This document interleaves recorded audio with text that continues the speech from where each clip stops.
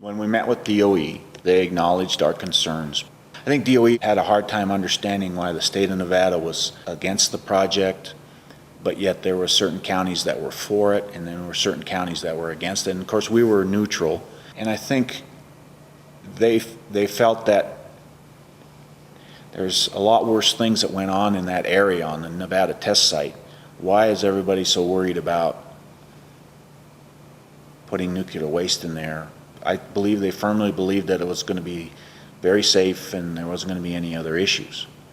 We're in Nevada and they're in Washington, D.C.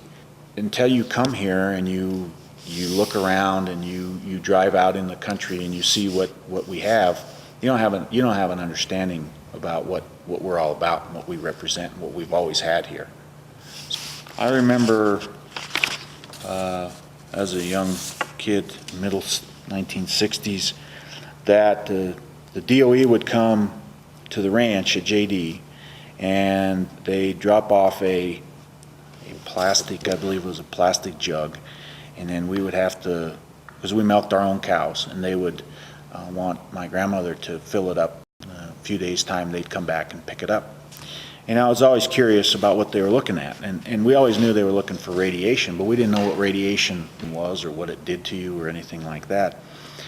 But now come to find out, it was, it would have been handy for us to know what exactly was the results of the testing of the milk, because we all drank milk from the milk cow, and we made our own cheese and we made our own cottage cheese, and we didn't go to the store and buy milk, so that we drank that. So, now with this whole Downwinders program, my dad and my uncles go and they get tested once a year in Ely.